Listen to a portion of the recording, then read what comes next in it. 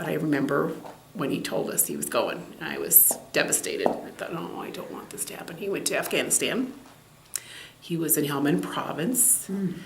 I think he started off, he ended up in communications, which was good. I can't remember what he started off with that he was going in for. But he ended up in communications. He was good. He was a good radio operator, could help the helicopters come in or whatever he did. He was very good at what he did. And we did get to communicate with him, which I think now it's even better because we have FaceTime. We have, so much, the technology's grown. He had Skype. So we did get to Skype with him, which was awesome because at least we kind of see what's the hell over there.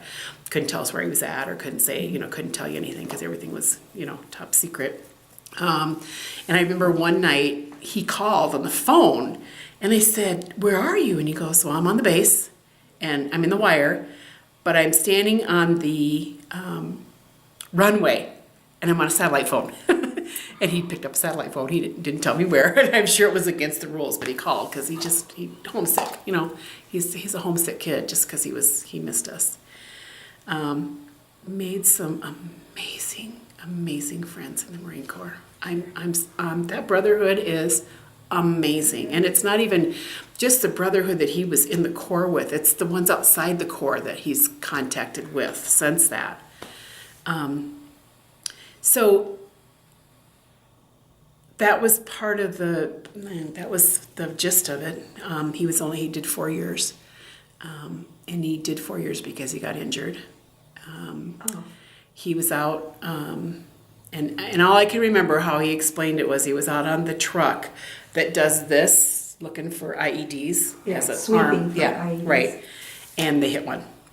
And didn't blow him up, but did enough that it threw him back against the top of the tank that he was in. He was up in the top and hurt his back.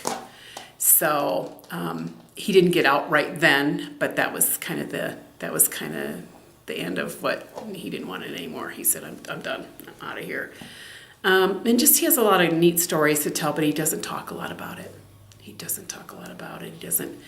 He's very, very quiet about what went on over there. He doesn't talk about it. He talks about, 29 Palms and what they did and what they, the guys he hung out with. And it was really weird because Tony, it's close enough that Tony, he would get out. They would go and he would come home.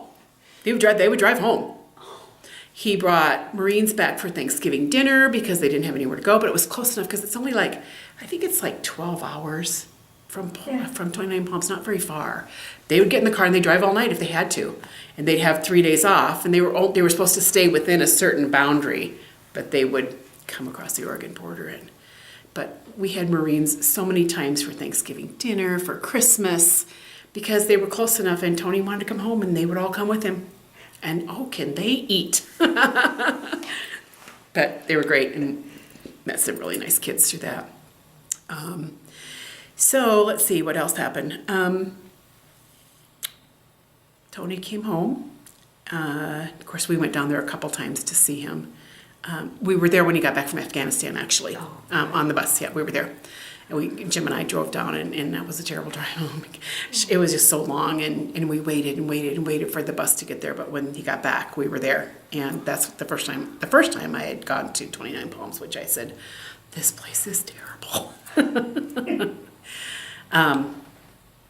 And it was so good to see him. And so from then he stayed there and did stuff. I don't know exactly what, he could tell you more about what he did, but he'd be a good kid interview. He's fun.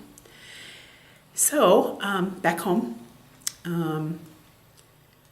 I truly am very sad about our country and how they treat our veterans. And you hear it all the time, right? And if you're not that person, you kind of hear it. It goes in one ear and out the other until you have somebody who's a veteran. And I just think it's terrible the way we treat them. I think it's terrible. I think they should get everything free. They shouldn't have to pay for anything. They shouldn't have to. It upsets me when I think about what they risk their lives for. And Tony tells stories about other people. And I mean, he lost friends, lots of friends, and talks about a little bit about some of that. And it's like, it's not okay. And, you know, he would tell stories about kids that would come up looking for candy and you couldn't trust them that, you know, that they didn't have a bomb. And he said, it was horrible, Mom. That's the most horrible thing when you got to point a gun at a kid and say, get back, you know, he said, it's terrible.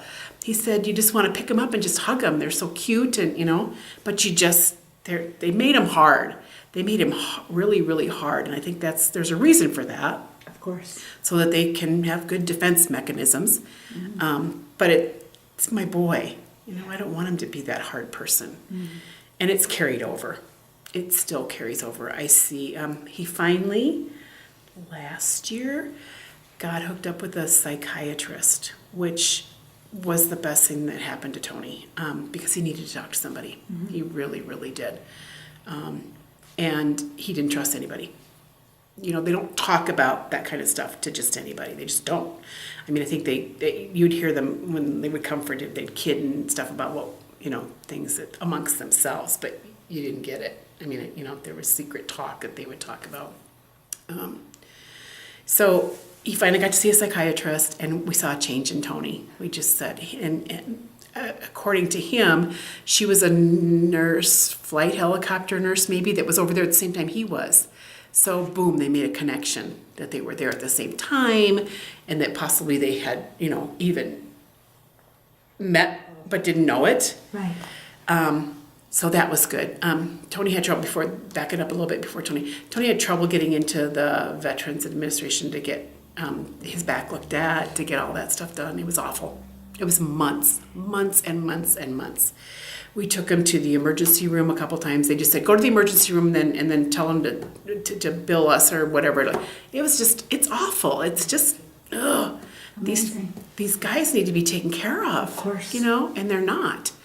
But anyway, and Tony he's not like that at all. He's not like that at all. He thinks the Marine Corps is awesome. He thinks, you know, the veterans, it's not him, it's me as a mother going, what?